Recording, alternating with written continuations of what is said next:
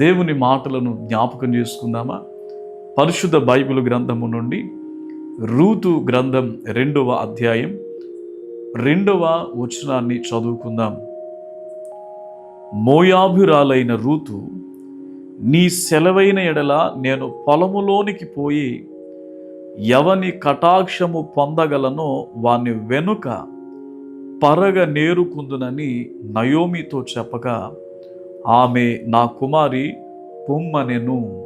ఆమె నా కుమారి పొమ్మనెను. ఎంత శ్రేష్టమైన మాట! ప్రియులారా, వీరు బెత్లెహేము నుండి నయోమి మోయాబు దేశానికి వెళ్ళినప్పుడు తన యజమానుని కోల్పోయింది. తన పిల్లలకు వివాహం చేసిన తర్వాత తన కుమారులను కూడా కోల్పోయింది. వార్ప, రూతులున్నారు.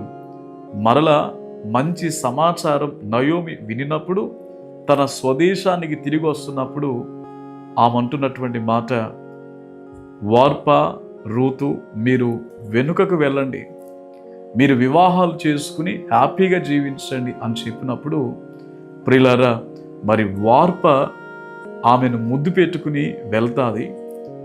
రూతు మాత్రం చెప్పిన మాట ఏంటో తెలుసా? అత్తమ్మ, నీవు ఆ మాట మాత్రం చెప్పకు. నీవు ఎక్కడుంటావో నేను కూడా అక్కడే ఉంటాను. నీ ప్రజలు నా ప్రజలుగా భావిస్తాను.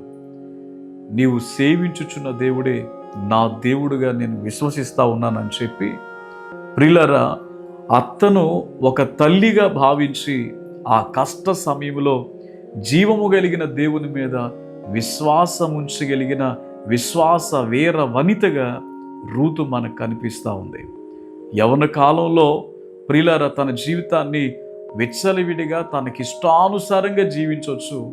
కానీ రూతు ఒక అన్య కుటుంబములో నుంచి వచ్చినప్పటికీ కూడా ఎంత భయభక్తులను కలిగి ఎంత విశ్వాసాన్ని, భక్తిని దేవుని ఎడల కనపరుస్తూ ఉందో.